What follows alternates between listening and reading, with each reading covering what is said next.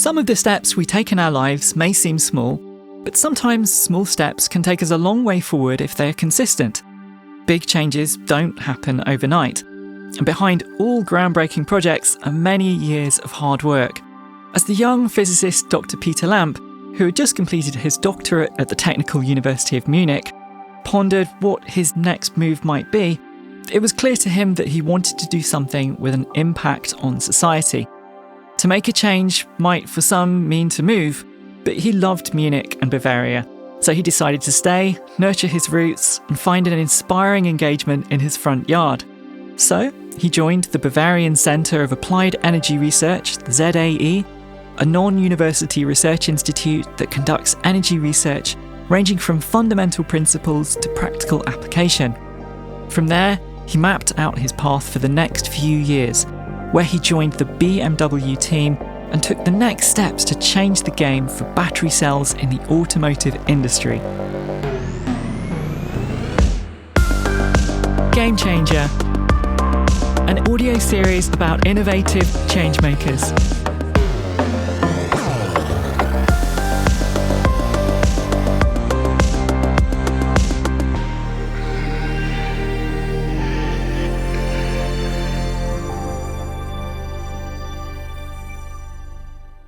Today's game changer is Dr. Peter Lamp, principal expert for battery cell technology at the BMW Group.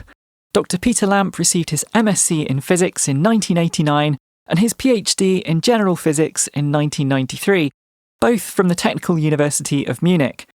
Between 1994 and the year 2000, he was a group leader of the Department of Energy Conversion and Storage of the Bavarian Centre for Applied Energy Research. He joined BMW AG in 2001 as a development engineer for fuel cell systems. Later, he was responsible for the product development of the first-generation lithium cells for the i3 and i8, and since 2012 was shaping the R&D of battery cell technology of BMW. Hello and welcome, Dr. Peter Lamp. Hello, Charlie. I want to dive in and ask you, what's your definition of a game changer? A game changer in terms of technology or what is behind that is something new which has not been envisioned before. It has to have an impact to society, to our all days life. So everything which makes a big difference before and after. From examples, so also persons who have been game changers in the past. There are different fields. So in science you may call Albert Einstein a game changer. In technology, for sure, Steve Jobs with this inventions of MacBook, iPhone, and so on. But it's not only restricted to technology. I believe also in the political and society aspect, there have been game changers. I personally would name Mahatma Gandhi with a vision and also executing this. I think this is also of major importance, that you have to have an idea and vision, which maybe nobody else had before, but you have to execute it. So an idea is not enough, it needs to be executed. And a game changer can also be executing something which is maybe around, but has not been done before. So it's the idea, but also the execution. Both has to come together. I really like that definition. And it's so true, because it's one thing to have a thought, a notion, a brainwave, but to be able to act on that and be resourceful and actually see that through into some kind of fruition, that's a whole other thing, isn't it? Do you see yourself as a game changer? I had some discussion up front with our team on that. And if you take my definition from now, I'm definitely not a game changer in that sense, if you take this as a benchmark, the persons I mentioned. But maybe I was lucky to be part of a transformation in the automotive industry towards e-mobility based on a game-changing technology. So the lithium-ion technology is a game changer in many aspects. And to be involved in that transition and also be able to, at least to a certain extent, shape this transformation within BMW is really something where you maybe have such a chance only once in your life. So I'm very happy to be involved in this period of time and transformation and part of that. Yeah, it must be an amazing feeling to, seeing the way things are shaping the world now, to be part of that positive change and the whole push towards sustainability, and to be doing something that feels very constructive and, positive, I imagine. Where did this begin for you? When you were growing up, did you always have a passion, a thirst for technology and engineering, or is this something that happened gradually? Can you talk me through that a little bit? So maybe not from really early years when I was young. For me, it was very easy in school, also in high school. I don't have to learn a lot, so I could easily get the necessary grades and so on. And I was interested in many things, so history, politics, but nevertheless, at that time also my strength was in mathematics and physics and so on. But it was not at that time clear what I would do after finishing my high school. But then after the military service, I made this decision to study physics, and that was a real important step and decision in my life. And I can also try to explain why. Because what are you learning at that point in time if you study physics, and especially in the past, if you could very easily deal with everything you had to, physics is very challenging. And that was new for me at that time. And I learned that if I still want to enjoy life, maybe I should join other students and form teams so that we can split our tasks. And this was a lesson which is, of course, continued over my professional life. Having the right teams with the right skills is very important in life. And the second, what you learn in physics is also something which is needed in all your professional life, the mindset to be critical. So not believe everything. And even if you have done own experiments, own results, try to prove that your results are wrong. And if you can't prove it, then you can trust it. And this mindset is not everywhere. So not all, let's say, studies, trainings are going in that direction. So I think it's very specific of physics, but it helps a lot, especially if you're afterwards in a technology field, which is very dynamic. A lot of information is flowing in from outside, statements from startups that they have invented a totally new battery.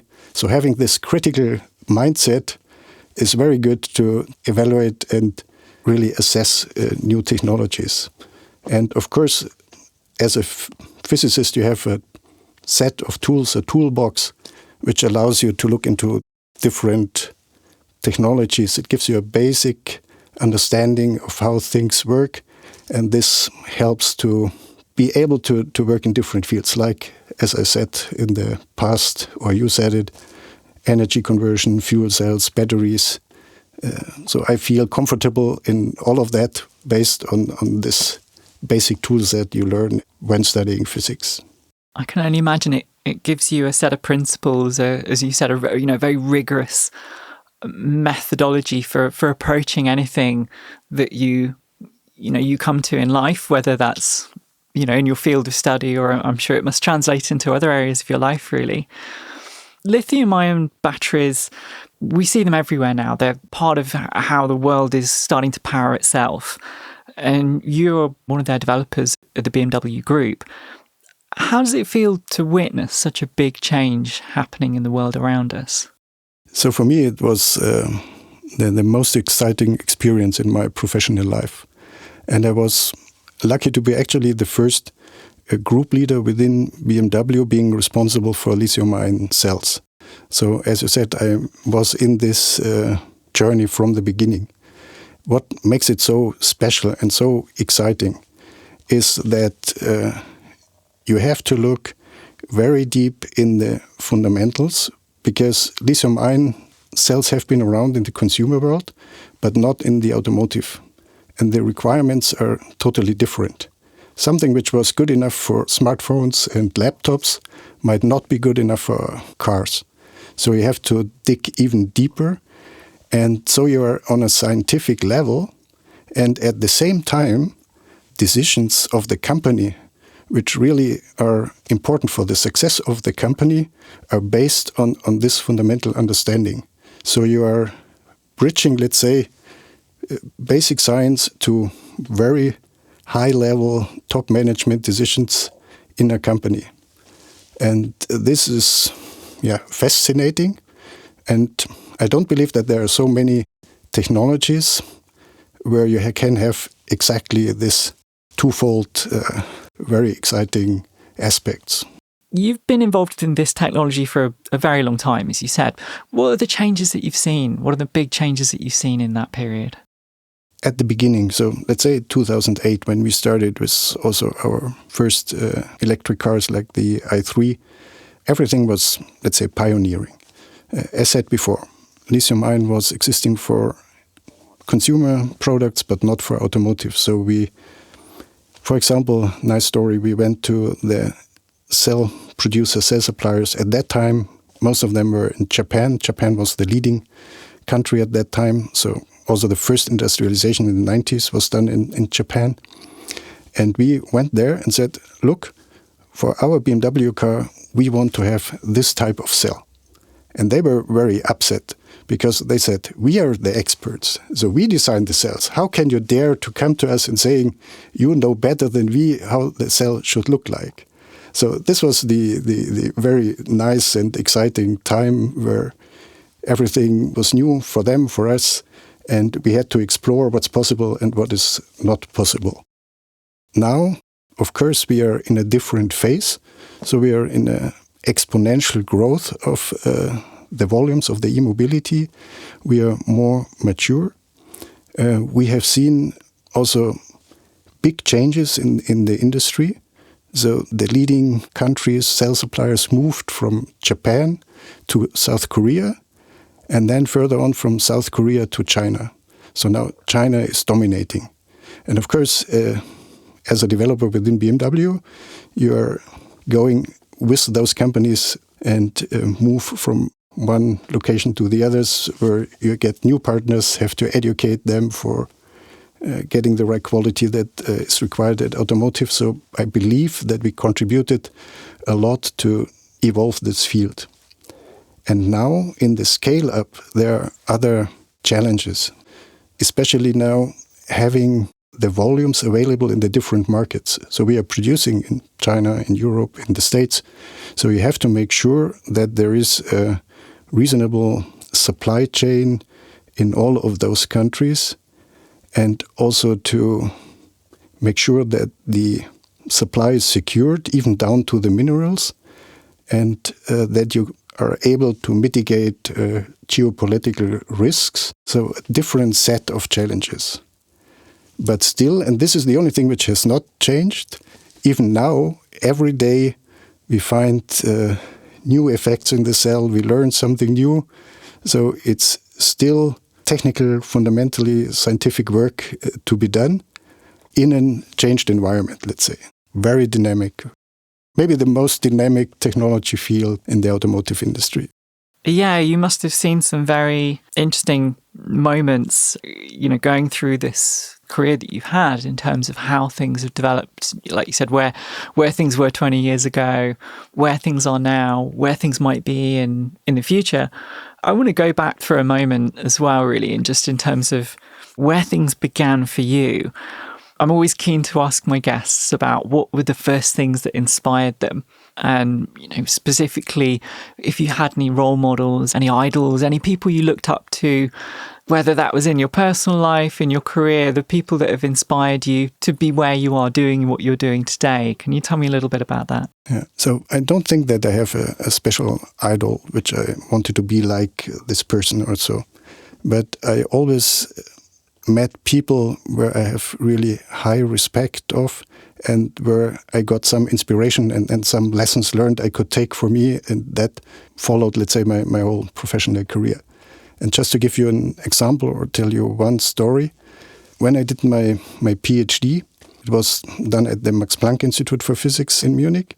At that time, it was beginning of the 90s, there was a very exciting paper in Nature. Nature is maybe the most important scientific journal. And a group in the States of the MIT claimed that they have measured and found what they called cold fusion. So it's replicating how the sun produces energy, fusing hydrogen atoms to helium. And typically to do that, you need 1 million degrees or so. But they said they can do it at room temperature. And this was very exciting because that would revolutionize the energy production in the world, solve the energy problem, and would be a real game changer. So we as young scientists, we were very excited because that was a quite simple experiment. So we went to our mentor, to our professor, and said, let's do that in our lab. We have everything we need. We can replicate this experiment. And we were very surprised because he said, no, don't do it, because I know from my fundamental understanding of physics that this is wrong. This cannot happen. Don't waste resources to do that.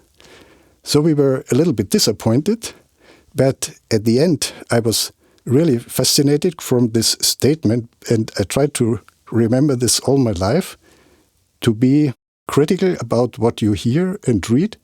Don't trust everything, and try to make your own assessment based on a fundamental understanding. So you have to have a fundamental understanding, but this gives you the basis to really be focused and don't follow any trend that is communicated elsewhere.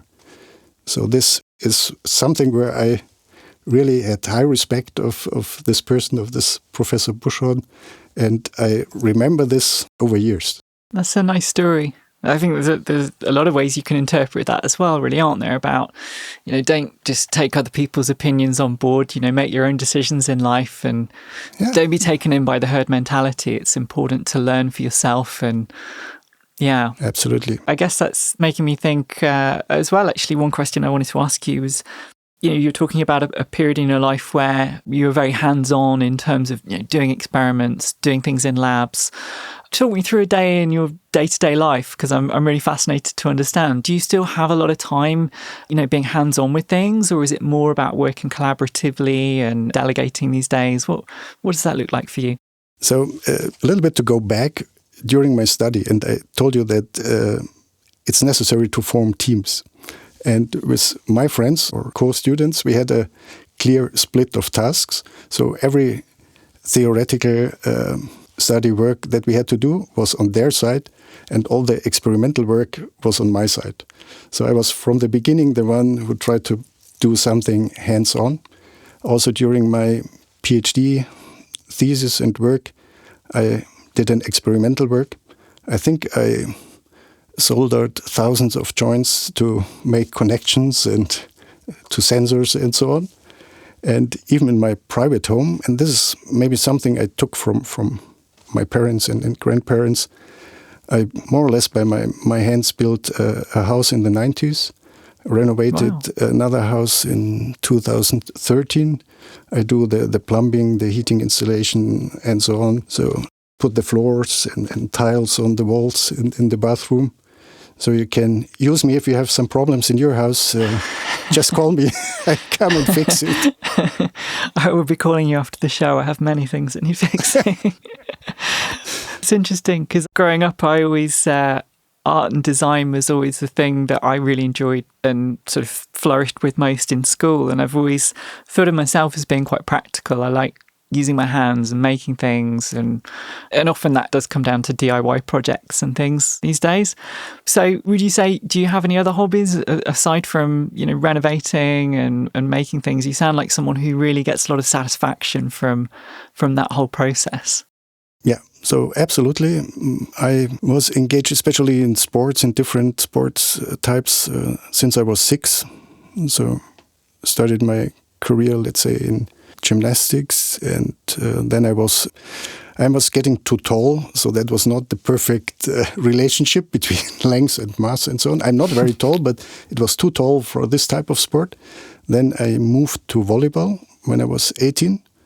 Then I was too small, so I also could not get on the top because it was the opposite. For this type of sport, I was maybe too small. But nevertheless, I'm doing this even now, so more than 40 years. And this is something which I enjoy because it's also a team sport. You have to do it with others, with friends. You have to rely on the other. So it's very nice. It's technically, so it needs a certain skill set. And I like this very much. Beyond that, hiking, biking, mainly be in the nature. So I like nature. I like to go to Italy for vacation on the sea. So yeah, quite a number of things to enjoy life. Absolutely. I'm glad to hear it. I've just come back from Italy myself on holiday, so I'm, yeah, I can definitely speak for going to Italy. Would you say growing up that you had any real standout game-changing moments in your life? I would say I have a very easy and traditional childhood, though there was nothing which was really disruptive or so at that point.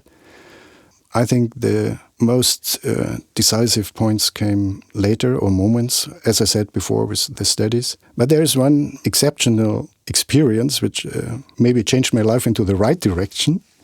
So you reported before my initial professional job at this institute, that ZAI. And then before I went to BMW, actually I was a very short period of time, not more than 14 months, in a automotive supplier company.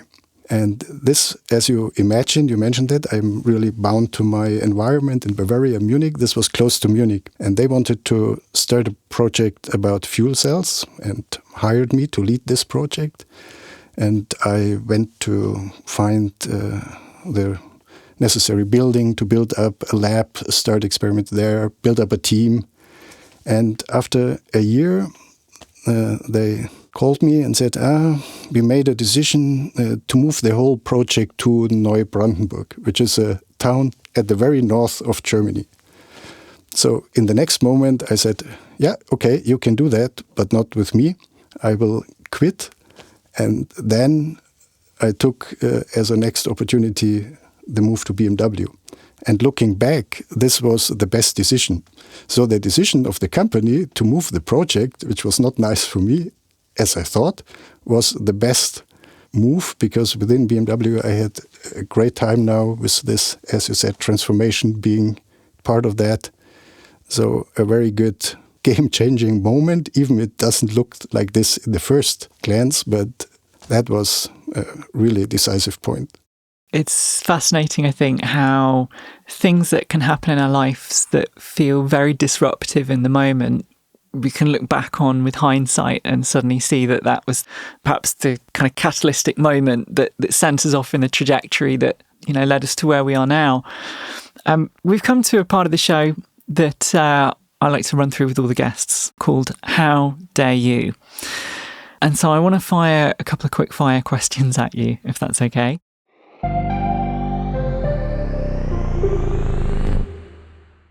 What was the last new thing that you tried? So maybe it will be an unexpected answer for you, but this is what is important for me. The biggest change and what I tried is to step back. So last year I handed over my responsibility to a successor and stepped back, being the frontman that I have been for now decades, let's say, in this field. And this is something new, something where you have to really try to not overrule the new guy, the successor, where you have to take back yourself and look from outside. And this is also something which you have to deal with. But in my case, it was very easy and it feels very good because I knew my successor. It's a very good guy, a friend, let's say. So it was a transformation for myself and a new thing, no longer being the responsible person, but very good and necessary step. Well, it sounds like you've handled it swimmingly. It's a big luck if it's possible to influence it so that you are not substituted, but you can control the process, how the change is done. Well, it leads me on to my next question then, which is, what is the new thing that you want to try, but you don't dare? Maybe from the discussion, I don't think that I had mentioned it, but I'm close to retirement. So there's maybe limited time to do new things, but if I go back when I studied physics and also later on, and I mentioned I had a lot of interest, I had always the plan after retiring to study philosophy.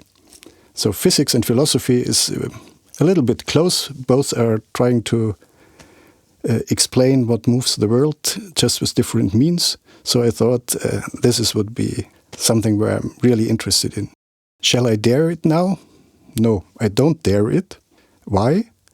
My son is right now finishing his PhD thesis in philosophy. So I have now seen over years what does it mean, and I never can't do what he is doing. So I believe I have to skip this new thing, because I have my strengths. He has a very different strength, and maybe I was wrong in the past and I should stick to my strengths and not try everything. This is maybe also something which you can use as an advice for many times in your life. Try to stick what you can really do well and not try everything. I think that's very wise advice. I mean, that was going to be my next question, what's stopping you from doing it? But I think you're absolutely correct. It's sometimes we try to do too many things, don't we? And it's important to focus on the things that we're good at and not be distracted. And right. Maybe I can add, as I come to this conclusion, of course, I have not the plan to sit at home and then grow roses or flowers in my garden. So I'm prepared for this next step. So I'm a co-owner of a company that is dealing with innovations in battery cells. I have some other additional jobs right now. So I prepared my life and laid the basis that I will not be bored when I am retired from BMW. So there are some new things to be done. I'm glad to hear it. Somehow I'm not surprised, but it's a perfect segue into my next question, really, which is, with that in mind, what do you feel are the parameters for success? You know, the ingredients that enable you to make changes? There are, of course, several ones. I will not be able to name all of them. But I believe at first you have to be convinced from your idea and what you are doing. That might be the most important. Second, sometimes you have to be persistent or even stubborn to follow your idea, even if others are saying that it's stupid. You should listen to others that have critical remarks, reflect, and take for yourself, do your own assessment. What does it mean for your idea? And then the team is very important. I believe nearly for all adventures or undertakings you're doing, you need a team. And this team has to be really picked very carefully. You need the right skills, but you also need the right character. I have seen many company startups failing because the initial founders or so were not compatible in a way. So having the right idea, the right motivation to go through even hard times, but especially having the right team to solve all the problems and finally reach the target. Yeah, it's a good list of attributes, definitely. I did a life coaching course at the beginning of this year, and someone said you're the average of the 5 people that you spend the most time with, in terms of, you know, your kind of inner circle of people and how motivated you are, how disciplined you are, and so on. And yeah, I mean, I see it myself in, you know, motor racing with the team we have around us. And sometimes I've been in a team where you just have the perfect group of people, the perfect kind of ingredients, and sometimes you don't have that, and then the difference in the outcome it's huge, isn't it? It's the teams we build around us is one of the most important ingredients for success, definitely. Yeah. I'd like to talk to you a bit about cars, because I feel we've spoken a lot about technology, and I know I mentioned at the beginning the Vision Neue Klasse that I saw a few weeks ago. There are some very important changes coming in 2025 with the BMW Neue Klasse models. A very exciting point for the company, I'm sure. At the starting point for the so-called Gen 6 e-drive technology, really, tell us, what are the changes that we might be able to see with this? Yeah. So this needs a very short technical excursus, a deep dive in cell technology. Not very deep, so don't be afraid. We have at present in the cars that you have now on the road, the i4, iX and others, battery architecture which is called Gen 5. That is based on so-called prismatic hard case cells. So you can imagine it's a kind of brick with an aluminum housing and the chemistry is inside. And you put those bricks side to side, make a module, put this module in a battery pack, and this battery pack is mounted into the car. With the Neue Klasse, we got full new degree of freedom to do a much higher integration of the battery pack to the car and also to the cells in the battery pack. It's called cell-to-pack. And we did an assessment based on those new boundary conditions. Also some changed requirements from having other chemistries with higher performance, but also higher reactivity and so on. And we come to the conclusion that for this next generation, Gen 6, the present way of making the battery pack is not the best. And we are now transitioning to what we call cylindrical cells. So instead of having this brick-like cell format, we have now something which is like a Coke can, just not with Coke, but with some more energized material to power the car.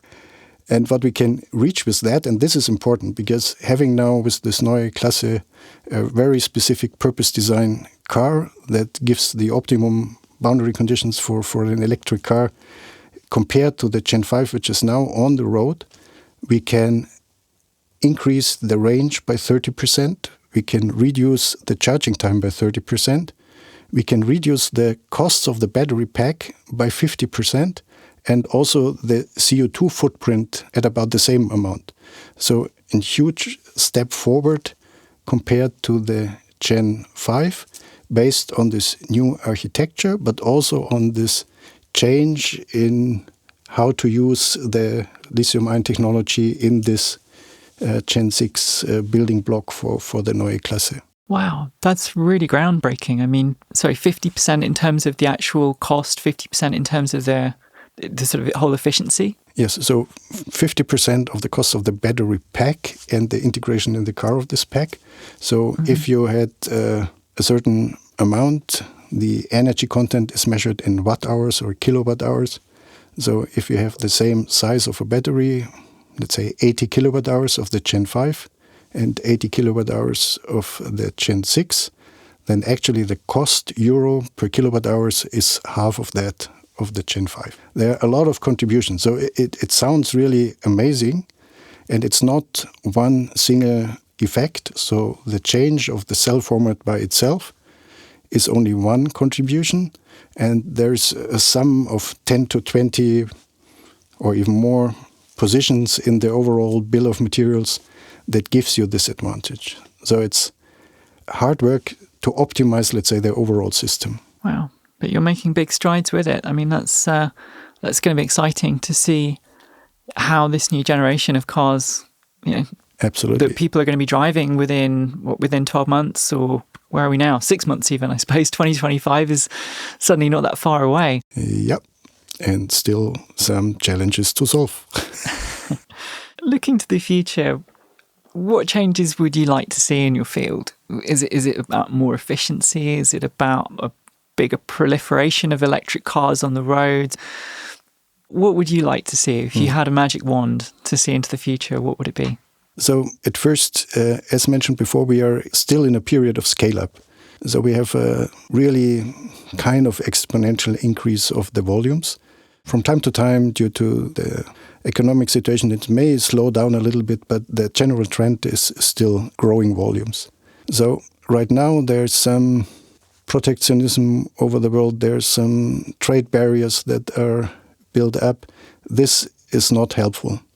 So I would like to see coming back to a kind of fair trade, because this enables to be able to build up localized value chains, sustainable localized value chains that we need to drive this volume increase and also to mitigate risk in certain areas and so on. So that would be helpful. On the other hand, technology-wise, there's a roadmap. So we have clear innovation steps in front of us. Maybe what we have to work on, especially in the automotive industry, where innovation cycles are quite long. That's due to the time needed to really validate a new system, to make sure that the quality is high, But that's something where we should look at and challenge ourselves. I would like to see in the future faster time to market for innovations in the automotive industry without compromising the validation depth and the quality of the system. So that's challenges we have now, and I would like to see this solved rather tomorrow than the day after. So we have to be fast. Speed is actually one of the most important factors in being successful. Yeah, that's definitely true in my industry as well, as a racing driver. I've got one final question that I really want to ask you before we come to a close, and really I guess that's just about a prediction. You know, if you had a crystal ball, what do you think the next big game-changing evolution or breakthrough could be in your field? So I will throw a word in the conversation and explain it later on. Game changer would be a Sakichi battery. So what is that? Sakichi Toyoda was a famous Japanese inventor and, by the way, the founder of Toyota. And in 1925, he promised to give 1 million yen to an inventor that managed to build a battery that had the same energy content than gasoline per volume. And this 1 million yen is still there. Nobody claimed it because nobody managed to do that. So that would be a game changer, independent what's in there. If it happens as a next step, I don't know. But I really believe what can be a game changer in the development of batteries or battery cells in the future is artificial intelligence. So we have ideas, we have a roadmap, but is that always the optimum? We don't know. And AI can be something which gives us new perspective, new speed in developing such a next generation, and maybe come closer to this Sakichi battery. Do you think someone will build it? I mean, how just as a layperson's understanding of comparing the energy, the volumetric energy in a gallon of petrol equivalent to a similar volume of battery. Yeah. Where are we today in terms of, are we 50% of the way? Are we 80%? What's the maths on that? The distance is still too far. So Okay. I would not, because it's not a really fair comparison, because at the end what is more decisive is the performance of a car in terms of range and so on. And there we are quite close. So future innovations maybe have to aim more towards getting a more affordable electric car. So the range, as I said, 50% increase is in the future maybe 900 kilometers, very close to gasoline cars. But we need to bring the costs even further down, and innovations that increase energy density also can be used to decrease costs. So it's always a question in which direction you use a new invention. But as mentioned, the AI is not only to develop new material cell concepts, it will be also helping to improve production processes, to increase yield. That also goes in reduction of costs, to keep or even increase the quality. So I'm a strong believer that we should use those new ideas and software and technologies to really speed up the innovations and development of battery technology as well. Well, Peter, it's been an absolute pleasure to have you on the show today. Thank you so much for coming on and being an absolutely fantastic guest. It was my pleasure, Charlie, talking to you. And thank you also very much for this inspiring discussion. I hope everyone has enjoyed the show listening in today as much as I have. One more big thank you to Dr. Peter Lamp, who's been an incredible guest and he's really opened my mind about the future of battery technology. So I look forward to welcoming you all back soon for another inspiring episode of Game Changer. Stay tuned, folks, and I will see you all there.